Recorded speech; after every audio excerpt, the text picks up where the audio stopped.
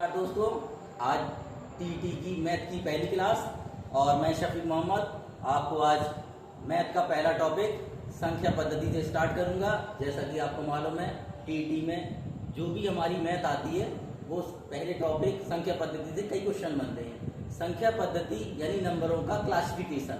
इस क्लासिफिकेशन को आपने अगर समझ लिया तो टीटी में आप जो है आसानी 5 से 6 क्वेश्चन कर लेंगे और आपको कोई आने वाले जो भी आपके टॉपिक्स हैं वो भी आसानी से आपको समझ में आते रहेंगे। चलिए टाइम को नंबर बात करते हुए संख्या पद्धति के बारे में पढ़ते हैं और संख्या पद्धति में संख्याओं का विभाजन उसको हम लोग समझने का प्रयास करते हैं। संख्या सबसे पहले हम लोग देखेंगे संख्या। संख्या है क्या? एक्चुअल में अगर संख्या समझा जाए तो संख्या में सारी संख्याएं आती हैं। सारी संख्या मतलब हर प्रकार की, चाहे वो दशमलव की हो, चाहे वो परिमेय हो, चाहे वो रूट वाली हो और चाहे वो जिस तरह की भी संख्याएं हों, वास्तविक हों, कैसी हो। तो जब हम संख्या का क्लासिफिकेशन पढ़ेंगे, संख्या को किस तरीके से हम लोगों को डिस्ट्रीब्यूट करना है। एक्चुअली में संख्या ना होकर सम्मिश्र संख्या है।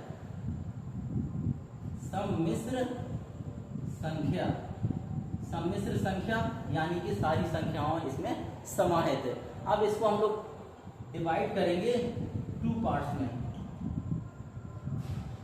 सबसे पहला होगा आपका वास्तविक संख्याएं। कौन सी संख्या होंगी? वास्तविक संख्याएं, जिनको हम लोग बोलते हैं रियल नंबर।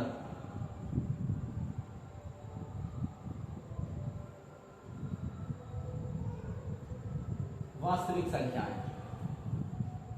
या इधर दूसरा होगा काल्पनिक संख्या। तो संख्या को हमने जो बांटा है वास्तविक संख्या और काल्पनिक संख्या में। अब काल्पनिक संख्या और वास्तविक संख्या में आगे फर्दर क्लासिफिकेशन है। मान लीजिए इसकी जनरेशन आगे नहीं बढ़ी है, ये यहाँ पर फुल स्टॉप हो गई है। काल्पनिक संख्या से हमारे टेट में कोई क्वेश्चन नहीं आता है। इसके बारे में हम यहाँ तक ही पढ़ेंगे कि संख्याएं 2 प्रकार की होती हैं, एक वास्तविक संख्या और एक काल्पनिक संख्या। अब आगे काल्पनिक संख्या में फर्दर क्लासिफिकेशन है, यानी इसमें आगे यानी इनकी शादी हो गई, इनकी जनरेशन आगे बढ़ने वाली है। यहाँ पर इनका कुछ ना हुआ तो यहाँ पर ये जनरेशन यहीं पर फुल स्टॉप हो गई। अब इसके बाद आता है ये भी 2 पार्ट्स में डिस्ट्रीब्यूट हो रही है। वास्तविक संख्या भी 2 पार्ट में डिस्ट्रीब्यूट हो रही है। पहली संख्या क्या है? पहली संख्या है अपरिमेय संख्या।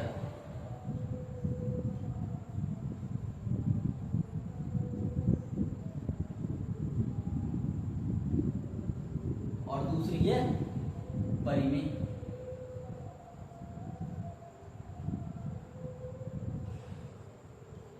वास्तविक संख्याएं 2 प्रकार की, अपरिमेय और परिमेय। इनकी परिभाषाएं हम लोग बाद में पढ़ेंगे, पहले इसका क्लासिफिकेशन पढ़ते हैं। अपरिमेय और परिमेय। तो अपरिमेय संख्याएं रूट वाली संख्याएं होती हैं, वो कैसे होती हैं, क्यों होती हैं, इसके बारे में हम आगे चर्चा करेंगे। परिमेय संख्या भी आगे 2 पार्ट्स में डिस्ट्रीब्यूट हो रही है। परिमेय संख्या भी कितने पार्ट्स में डिस्ट्रीब्यूट हो रही है? 2 पार्ट में डिस्ट्रीब्यूट हो रही है। एक हो रही है भिन्न और एक हो रहे हैं पूर्णांक। अब परिमेय संख्या को हमने 2 पार्ट में डिस्ट्रीब्यूट किया है, भिन्न और पूर्णांक। भिन्न क्या होती है? शायद आपको मालूम होगा। भिन्न वह संख्याएं होती हैं जिसे हम PYQ की फॉर्म में लिखते हैं, उसे हम भिन्न कहते हैं। पूर्णांक 1 2 3 4 6 7 8 9 माइनस के 1 2 3 4, ये सारे पूर्णांक आते हैं। पूर्णांक में भी फिर क्लासिफिकेशन है। पूर्णांक भी एक नंबर लाइन अगर हम देखें, यहाँ पर 0 हुआ, यहाँ पर 1 2 3 4 डॉट डॉट डॉट इनफाइनाइट, यहाँ पर -1 -2 -3 -4 डॉट डॉट इनफाइनाइट। यानी कि ये नंबर लाइन में हम देख रहे हैं, ये हमारा 0 है, शून्य है। शून्य के एक तरफ हमारी धनात्मक संख्या है, एक तरफ हमारी ऋणात्मक संख्या है। तो जो हमारा पूर्णांक है वो 3 पार्ट में डिस्ट्रीब्यूट हो गया। एक पूर्णांक, ये धनात्मक पूर्णांक और ये ऋणात्मक पूर्णांक। अब जो हमारा धनात्मक पूर्णांक है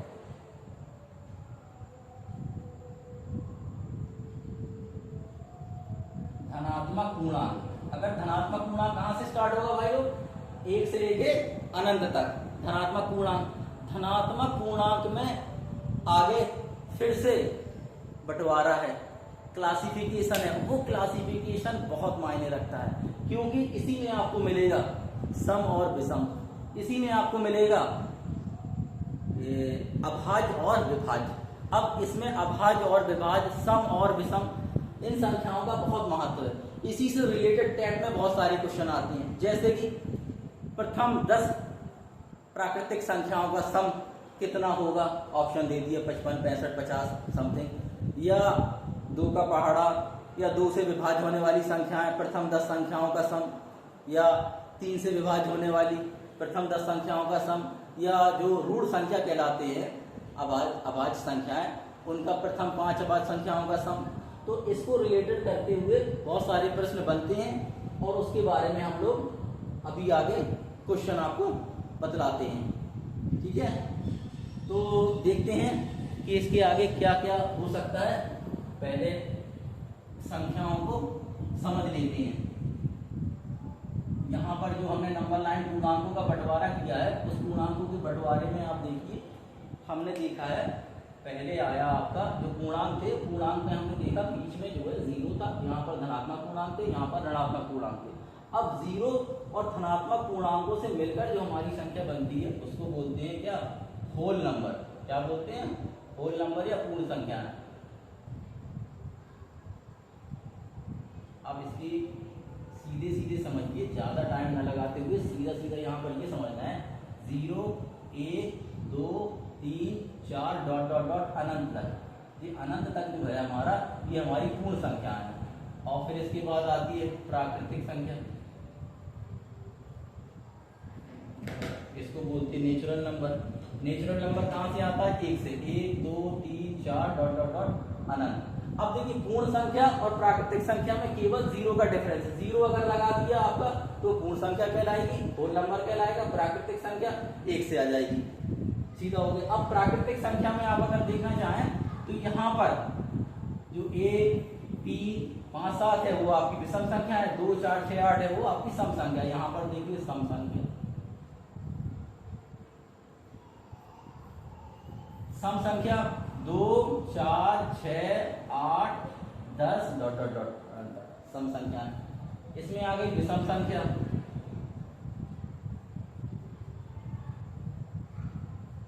1, 3, 5, 7, 9, 11 डॉट डॉट डॉट विषम संख्या।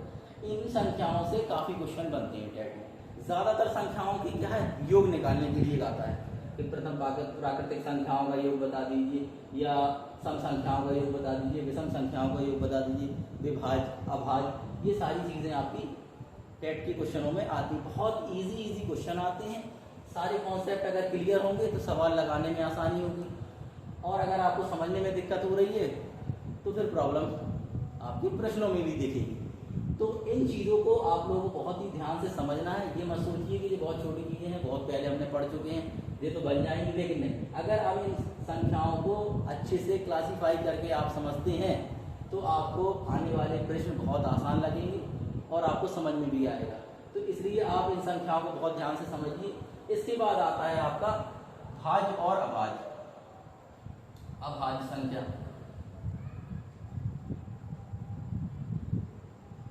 अभाज्य संख्या, अभाज्य संख्या कौन सी होती है, जिस संख्याओं के 2 फैक्टर होते हैं, 1 मतलब वह संख्या और 1, वो हमारी अभाज्य संख्या कहलाती है। जैसे इंग्लिश में डेफिनेशन है, which number is divisible by 1 and itself, that is called prime number. तो ये प्राइम नंबर कहलाते हैं। बहुत इजी सा कॉन्सेप्ट है कि जिसकी केवल 2 फैक्टर होते हो, 1 और वही संख्या, उसे हम लोग अभाज्य संख्या कहते हैं। और अभाज्य संख्या का रोल बहुत महत्व है गणित में, क्योंकि जब आप लोग गुणनखंड पढ़ेंगे तो अभाज्य संख्याओं का ज्ञान होगा, लासा मासा निकालेंगे तो अभाज्य संख्याओं का ज्ञान होना महत्वपूर्ण है। अगर आप अभाज्य संख्याओं को अच्छे से नहीं समझेंगे तो आपको आने वाले टॉपिक्स में परेशानियां हो जाएंगी। तो अभाज्य संख्याओं को आपको समझना है और अभाज्य संख्याओं को आपको याद भी रखना है। सबसे पहली अभाज्य संख्या कैसी है, 2, फिर 3, फिर 5, फिर 7, फिर आप सोचोगे 9 नहीं है, इसके बाद है 11, इसके बाद है 13। अब 9 क्यों नहीं है? 9 इसलिए नहीं है कि 9 हमारी जो होती है इसके गुणनखंड कितने होते हैं? 1 होता है और 9 होता है, बीच में 3 से भी भाग जाता है। 1 नंबर 9, 9 एकम 9, 3 त्रिका 9, यानी कि इसकी गुणनखंड कितने हो गए? इसके फैक्टर हो गए आपके 3। और हमने अभाज्य जो संख्या है उसकी परिभाषा ये बताई, अभाज्य संख्या उन संख्याओं को कहते हैं जिनके केवल और केवल 2 फैक्टर होते हैं, जिनके केवल 2 गुणनखंड होते हैं, एक और वही संख्या। तो अगर आप इसमें देखें 2, 1 का भाग जाएगा, 2 का भाग जाएगा, 3 1 का भाग जाएगा, 3 का भाग जाएगा, 5 1 का भाग जाएगा, 5 का भाग जाएगा, 7 1 का भाग जाएगा, 7 का भाग जाएगा, इसी तरह से बाकी नंबर। अगर आपके सामने कोई ऐसी संख्या आ रही है जिसमें एक और वह संख्या के अलावा बीच के नंबरों से डिवाइड जाता है, बीच के नंबरों से भाग जाता है, तो वह संख्या क्या कहलाएगी? वह कहलाएगी विभाज्य। क्या कहलाएगी? विभाज्य, विभाज्य या भाज्य, विभाज्य या भाज्य। इसका क्या मसला है? इसका केवल सिंपल सा मसला है कि जो अभाज्य नहीं है वो विभाज्य, यानी जिसके मोर देन 2 फैक्टर, जिसके गुणनखंड 2 से ज्यादा होते हैं, वो हमारी सारी की सारी भाज्य या विभाज्य संख्याएं कहलाती हैं। मान लीजिए हमने लिख दिया 4, 4 की क्या होगा? 1 हो गया गुणनखंड और 4 हो गया और बीच में 2 भी हो गया। अगर हमने लिख दिया 8, 8 की गुणनखंड 1 हो गए, 8 हो गए, फिर 2 हो गया और फिर 4 हो गया। आप देख लीजिए इकट्ठे 8, 2 चौके 8, 4 दूनी 8, 8 एकम 8, 4 फैक्टर हो गए। इससे ज्यादा भी फैक्टर हो सकते हैं, 3 4 5 6 कितने भी गुणनखंड हो सकते हैं, उन सभी को हम लोग क्या कहेंगे? विभाज्य संख्याएं कहेंगे। तो इन संख्याओं का आपने समझा, इन संख्याओं को बहुत ही महत्व है गणित में, संख्या पद्धति में इन संख्याओं का बहुत महत्व है। इन संख्याओं को आपको बहुत आसानी के साथ मैंने समझाने का प्रयास किया है। परिभाषा में ज्यादा न जाइए। सम संख्याएं क्या है? जिसमें 2 से विभाजित होती है वो सारी सम संख्याएं क्या है? कैसे ज्ञात करेंगे इसको? कैसे जानेंगे? जिनके अंत में, जिन संख्याओं के अंत में 0 2 4 6 8 आता है, वो सारी की सारी संख्याएं कौन सी कहलाती हैं? सम संख्या कहलाती है। सिंपल सी बात हो गई। अब कोई भी संख्या हम आप लिखें, अगर यहाँ पर हम लिखने का प्रयास करें 78, लास्ट में कितना आया? 8, यानी कि सम संख्या। हमने लिखा 62, लास्ट में कितना आया? 2, यानी कि सम संख्या। इसी तरह से विषम संख्या, 0 2 8 4, इसके अलावा जो अंत में जो नंबर आएंगे वो सारे विषम संख्या होगी। मान लो हमने लिख दिया 71, हमने लिख दिया 75, हमने लिख दिया 77, तो ये सारी क्या कहलाएगी? विषम संख्या कहलाएगी। इसके बाद अभाज्य संख्याएं आपने समझ ली, विभाज्य समझ ली, सम संख्या, विषम समझ ली। इसके बाद पूर्णांक भी आपने समझ लिया, प्राकृतिक संख्याएं भी आपने समझ ली। इन सारी संख्याओं को अगर आपने अच्छे से समझ लिया है तो आपको टेट में जो हमारा टॉपिक है संख्या पद्धति, इससे आने वाले सारे सवालों को आप आसानी कर लेंगे। और इसके लिए हम एक आध क्वेश्चन आपको बतलाते हैं, बहुत ही इजी सा क्वेश्चन होते हैं। जैसे ये आपका एक क्वेश्चन आया हुआ है टेट में कि 30 तक सभी संख्या का योग ज्ञात कीजिए। 30 तक सभी संख्याओं का योग ज्ञात करना है। अब आप देखेंगे कि बहुत सिंपल सी बात हो गई। 30 तक यानी प्राकृतिक संख्याओं की बात हो रही है, 1 से लेके 30 तक, 2 3 4 5 6 डॉट डॉट डॉट 30 तक, इन सभी संख्याओं का योग ज्ञात करना है। ये हमारा पहला प्रश्न हो गया जो टेट में आया हुआ है कि प्रथम 30 तक संख्याओं का योग ज्ञात करना है। इसका बहुत सिंपल सा फॉर्मूला होता है। हम क्या करते हैं, प्रथम संख्या, प्रथम अंक और लास्ट अंतिम, प्रथम अंक और अंतिम अंक को जोड़ देते हैं और 2 का डिवाइड देते हैं, गुणे में कुल संख्या कितने नंबर तक है, कुल कितने। तो अब देखिए प्रथम कितना है? 1 है, अंतिम कितना है? 30 है, और इन दोनों को जोड़ के हमने 2 का भाग दे दिया। और टोटल कितने? टोटल तो 30 ही है, क्योंकि इसमें कोई गैपिंग नहीं है। 1 2 3 4 5 पूरे 30 तक गिनेंगे तो 30 आएंगे।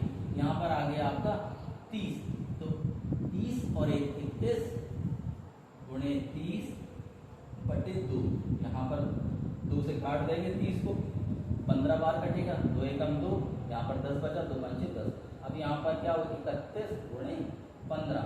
अब 15 का आप 15 एकम 15 लगिए, 15 3 45 40, ये आया 465। आपके पास ऑप्शन इसमें अगर आपको दे दिया कि 465 एक option, A option, B option आपका दे दिया 665, सी ऑप्शन कुछ भी लिख दीजिए 462 दे दिया, और डी ऑप्शन 455।